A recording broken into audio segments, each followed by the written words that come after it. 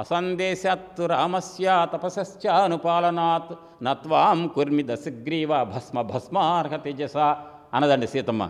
జాగ్రత్తగా వినండి. ఏంటో తెలుసా ఇది?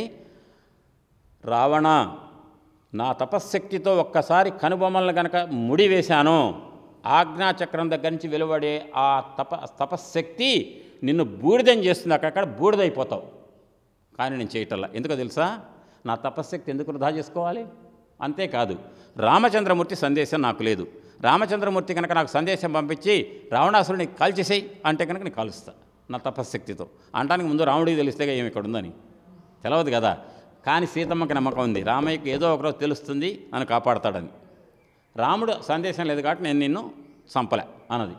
ఇక చివరికి బెదిరించాడు అని చెప్పేసని ఆ సమయంలో ఆంజనేయ స్వామి వారు చెట్టు మీద ఉండి కూడా భావించారు. ఏమని భావించారు తెలుసా? తుల్యశీల వయోవృత్తాం తుల్యాభిజన లక్షణాం రాఘవోర్హతి వైదేహీం తం చేయమసితేక్షణ.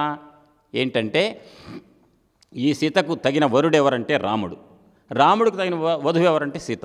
ఈ ఇద్దరు ఎంత ఒకళ్ళకొకళ్ళు సమవుజ్జీలంటే 50% 50%, 51 49 కాదు, ఖచ్చితంగా జోడి.